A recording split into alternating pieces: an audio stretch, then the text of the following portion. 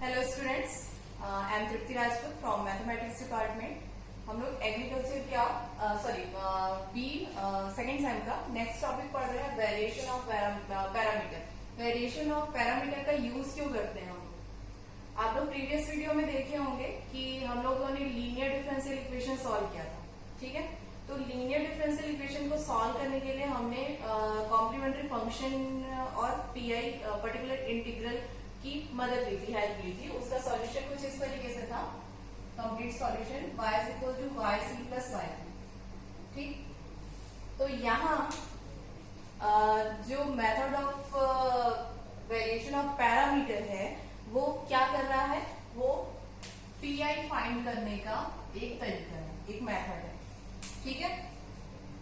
Variation of parameter की मदद से हम क्या करते हैं, पर्टिकुलर इंटीग्रल फाइंड करते हैं, मतलब अनदर वे है पर्टिकुलर इंटीग्रल फाइंड करने का। अब यहाँ जो कॉम्प्लीमेंट्री फंक्शन है वो तो पुराने तरीके से ही हम लोग फाइंड करेंगे, जो 3 कंडीशन होते थे रूट्स के अकॉर्डिंग। तो कॉम्प्लीमेंट्री फंक्शन उसी तरीके से सॉल्व करना है, लेकिन पर्टिकुलर इंटीग्रल जो है उसका वे चेंज हो जाएगा। अब हमको देखना है कि पर्टिकुलर इंटीग्रल हम सॉल्व कैसे करेंगे। तो वेरिएशन ऑफ पैरामीटर का यूज किस लिए करते हैं? हम लोग second order linear differential equation को सॉल्व करने के लिए करते हैं। तो एक second order linear differential equation consider कर लेते हैं। Consider second order linear differential equation.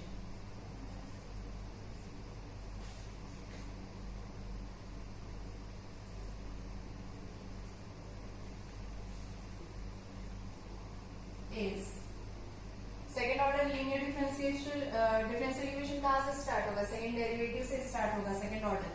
तो y double dash plus a1 y dash plus a0 y is equal to r of x। कैसे इक्वेशन है ये?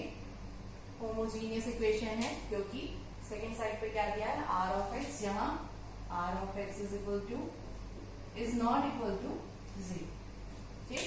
तो ये क्या कहलाएगा? होमोजीनियस इक्वेशन कहलाएगा। अब ये second order linear differential equation हो गया। अब इसको हमको सॉल्व करना है, तो जो कॉम्प्लीमेंट्री फंक्शन निकालने का तरीका है वो तो आप जानते ही हैं कि हमको क्या करना है, इसका सिंबॉलिक फॉर्म लिख लेना है, M square plus a1m plus a0 is equal to 0, और इसके रूट्स निकालेंगे फिर हम लोग जो भी आएंगे, ठीक है। m1 m2 दो ही रूट्स निकलेंगे। उसके बाद हम लोग कॉम्प्लीमेंट्री फंक्शन लिखेंगे उसका। यहाँ तक तो ठीक है, आपको पता ही है यहाँ तक। अब हम लोग पर्टिकुलर इंटीग्रल कैसे निकालेंगे? तो पर्टिकुलर इंटीग्रल कैसे निकालते हैं इसका? yp, उसी से शो करना आप yp से ही। yp इज इक्वल टू होता है c1 y1 plus c2 y2 plus u1 u y1 plus v y2। ये होता है पर्टिकुलर इंटीग्रल। अब यहाँ पर c1 y1 plus c2 y2 में y1 कांस्टेंट, तो आपको समझ में आ रहा होगा कि c1 c2 क्यों यूज हुआ है। Complementary function plus particular integral है यहाँ पर। ये c1 y1 और c2 y2 में y1 और y2 क्या है बता देती हूँ मैं। आप कॉम्प्लीमेंट्री फंक्शन निकाल रहे हैं। कॉम्प्लीमेंट्री फंक्शन के लिए 3 तरीके होते हैं, 3 कंडीशन होते हैं। पहले कंडीशन में कुछ इस तरीके से होगा आपके पास c1 e to the power x m1x plus c2 e to the power m2x, ठीक। Second order linear differential equation है, तो सेकेंड स्टेप तक ही जाएगा।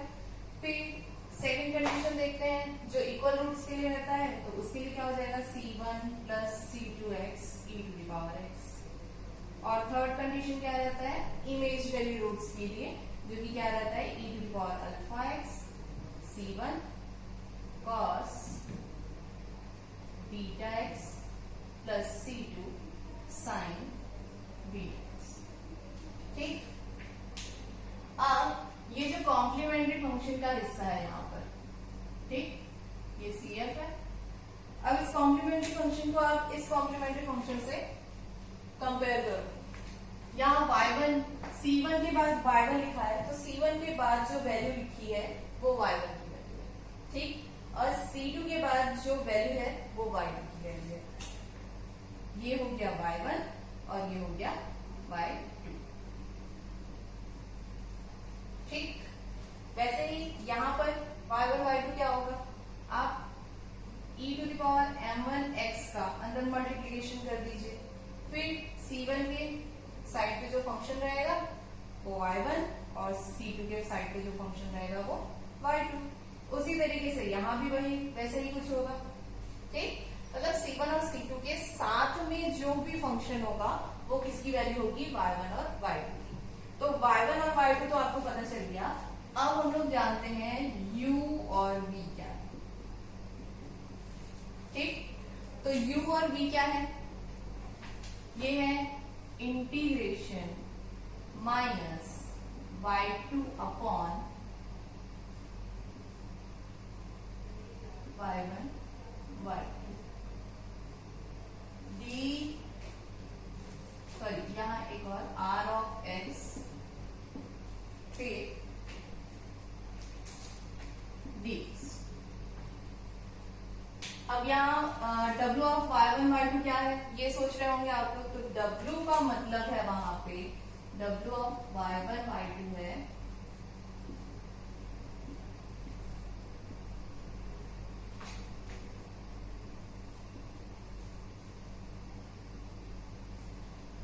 y1 y2 y1 dash y2 dash, ठीक। ये है w। अब भी इसी तरीके से यहाँ पे आएगा y1 upon w y1 y2 into r of x dx। यहाँ भी w y1 y2 का मतलब एग्जैक्टली वही है जो पहले दिया गया है। अब सर्च में आ गया होगा आपको y1 y2 की वैल्यू पता चल गई, क्या है u और v पता चल गया। तो अब आते हैं हम लोग इक्वेशन में, एक बार और रिपीट कर देती हूँ मैं इसको। आपको क्या करना है, वेरिएशन ऑफ पैरामीटर का यूज क्यों करना है, पर्टिकुलर इंटीग्रल फाइंड करने के लिए, ठीक। कॉम्प्लीमेंट्री फंक्शन आप उसी तरीके से सॉल्व करेंगे जैसे कि आप लीनियर डिफरेंशियल इक्वेशन को सॉल्व करते हैं, ठीक। उन्हीं तीन कंडीशन से, तब जब रूट्स रियल और डिस्टिंक्ट हो, जब रूट्स रियल और इक्वल हो, और जब रूट्स इमेजिनरी हो, ठीक। अब पर्टिकुलर इंटीग्रल का सॉल्यूशन क्या होगा, वेरिएशन ऑफ पैरामीटर में c1y1 plus c2y2 plus uy1 plus vy2, ठीक। यहाँ y1 और y2 कहां से मिलेगा हमको, कॉम्प्लीमेंट्री फंक्शन से मिलेगा, ठीक। c1 के साथ में जो भी फंक्शन होगा वो क्या होगा, y1, और c2 के साथ में जो भी फंक्शन होगा वो होगी y2 की वैल्यू। अब u और v, तो u और v क्या है यहाँ पे, u इज इक्वल टू है integration minus y2 upon w y1 y2 into r of x dx। v is equal to y1 w of y1 y2 into r of x dx। यहाँ पर w is equal to है, या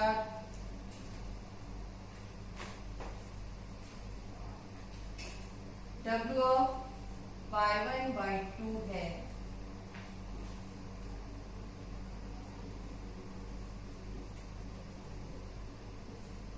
ठीक है।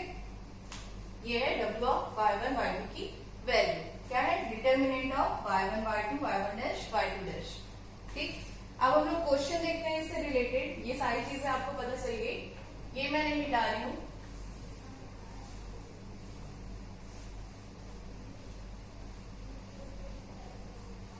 एक example देखते हैं इसका।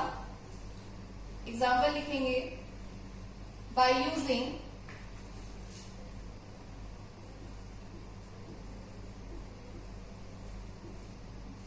Variation of parameter,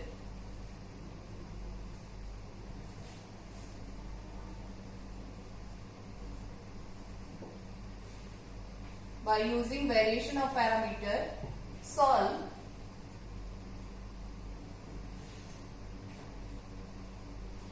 y double dash plus y is equal to sec x,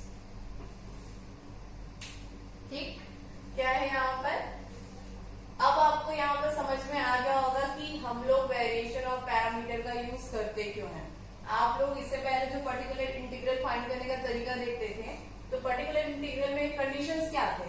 जब आर ऑफ एक्स की वैल्यू क्या हो, e to the power ax हो, या cos ax sin x का फॉर्म हो, x to the power m का form हो, या e to the power ax into b का फॉर्म हो। ये चार तरीके आपने पढ़े थे पर्टिकुलर इंटीग्रल फाइंड करने के लिए। सेक एक्स पढ़ा था? नहीं पढ़ा था। तो वेरिएशन ऑफ पैरामीटर्स इसी टाइप की कंडीशन को सॉल्व करने के लिए यूज किया जाता है। ठीक है, अब हम लोग देखते हैं क्या करना है हमको इसका कॉम्प्लीमेंट्री फंक्शन निकालना है। तो कॉम्प्लीमेंट्री फंक्शन के लिए हमें इसका ऑक्सिलरी इक्वेशन यूज करना पड़ेगा। इक्वेशन इज, ये हो गया एम स्क्वायर प्लस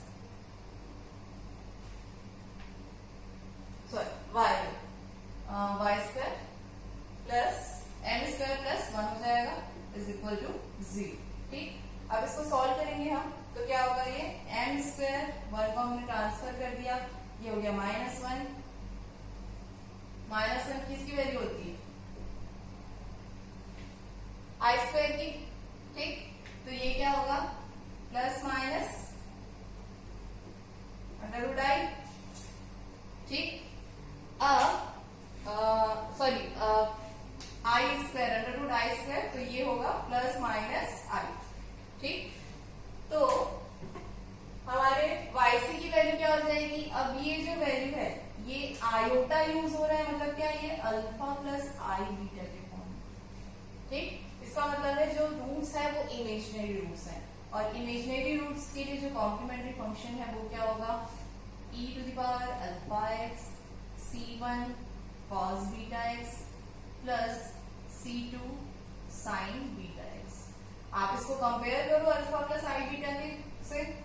यहाँ अल्फा के की जगह पे क्या है, 0 है, प्लस माइनस बीटा की जगह पे क्या है, 1 आई। ठीक, तो अल्फा की वैल्यू मैंने 0 रखी है यहाँ पे, फिर c1 cos बीटा की वैल्यू 1 है, प्लस c2 sin, फिर से बीटा की वैल्यू 1 x।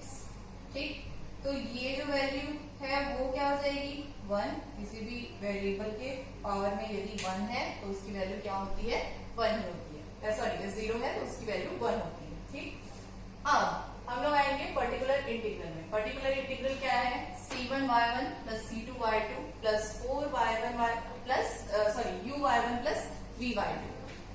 अब हमें उसमें क्या क्या चाहिए, हमें पहले तो y1 और y2 चाहिए, तो हम कॉम्प्लीमेंट्री फंक्शन से इसको कंपेयर करेंगे। पहले तो यहाँ y1 की जगह पे क्या दिया हुआ है, cos x, और y2 की जगह पे क्या दिया हुआ है, sin x। ठीक, तो हम लोग को y1 मिल गया है cos x और y2 मिल गया है sin x।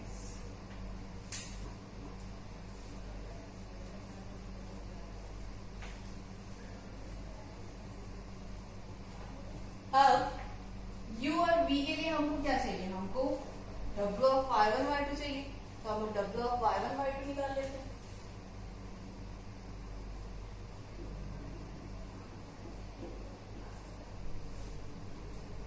यहाँ क्या होगा, ये y1 y2 y1 dash y2 dash, तो y1 क्या है, cos x है, तो वैल्यू रख दी हमने cos x। y2 क्या है, sin x, तो sin x रख दिया। अब y1 डैश लिखा है, मतलब जो y1 की वैल्यू है उसका डिफरेंशिएशन, तो y1 की वैल्यू क्या है, cos x है, cos x का डिफरेंशिएशन क्या होता है, sin x minus sin x differentiation. ठीक, और y2 डैश क्या है, y2 क्या है, sin x, तो sin x का डिफरेंशिएशन क्या होगा, cos x। ठीक, अब आप इसको सॉल्व कर लो, डिटर्मिनेंट सॉल्व करना आता है आपको, cos square x minus sin square x, तो माइनस sin स्क्वायर x है तो प्लस हो गया, cos square x plus sin square x, और इसकी वैल्यू क्या होती है, 1 होती है। ठीक है, अब हमने w/y1 y2 क्या निकाल लिया, 1 निकाल लिया। ठीक, तो हमारे पास ये वैल्यू भी मिल गई है हमको, W/1 y2 की वैल्यू हमको मिल गई 1। ठीक, ये सारी वैल्यूज हमको मिल गई है। अब हम u और v फाइंड कर रहे हैं। तो u का फॉर्मूला वहां लिखा हुआ है, मैं वैल्यू रखते जाती हूँ। माइनस y2 है, y2 देख लीजिए क्या है, sin x है, तो minus sin x upon W/1 y2 क्या आया, 1 आया हमारा। r ऑफ x क्या था हमारे पास में, sec x था, dx। ठीक, अब 1 को लिखने की जरूरत नहीं है। sec x को हम लोग क्या लिखते हैं, 1/cos x लिखते हैं, तो ये हो गया cos x dx। ठीक, अब ये sin x/cos x क्या होता है, tan x होता है, तो माइनस tan x dx। ठीक, अब इसका इंटीग्रेशन क्या होता है, तो इंटीग्रेशन का फॉर्मूला यदि आपको याद होगा तो integration of tan x dx is equal to होता है log ऑफ cos x या minus log of sin x। ठीक, तो वैल्यू रख दो यहाँ पे। इंटीग्रेशन है आपका माइनस है ये, तो सॉरी एक गलती हो गई, ये होता है आपका minus log of cos x और ये होता है plus log of sin x होता है। ठीक, तो यहाँ क्या आ जाएगा, हम लोग log of cos x use कर रहे हैं, तो वो हो जाएगा प्लस log ऑफ cos। ठीक, ये हो गई आपकी u की वैल्यू आ गई। अब v की वैल्यू फाइंड करेंगे हम लोग, तो इसकी वैल्यू मैं अलग से लिख लेती हूँ। u इज इक्वल टू कितना आया हमारा, log ऑफ cos x। ठीक, अब v फाइंड करेंगे हम लोग। v की वैल्यू देखिए वहां क्या है, v का फॉर्मूला हमको क्या चाहिए इंटीग्रेशन में, y1 की वैल्यू चाहिए, तो y1 है हमारे पास cos x। ठीक, W/1 y2 है हमारे पास 1 इंटू r ऑफ x की वैल्यू है sec x dx। अब cos x, फिर से sec x को हम क्या लिख सकते हैं, 1/cos x लिख सकते हैं, dx cos कैंसिल हो जा रहा है, हमारी वैल्यू क्या आई, dx आई। dx का इंटीग्रेशन क्या होता है, 1 का इंटीग्रेशन x होता है। अब हमको यहाँ पर मिल गया v, तो v की वैल्यू आ गई हमारे पास, v is equal to x। अब हम लोग कंप्लीट सॉल्यूशन लिखते हैं इक्वेशन का।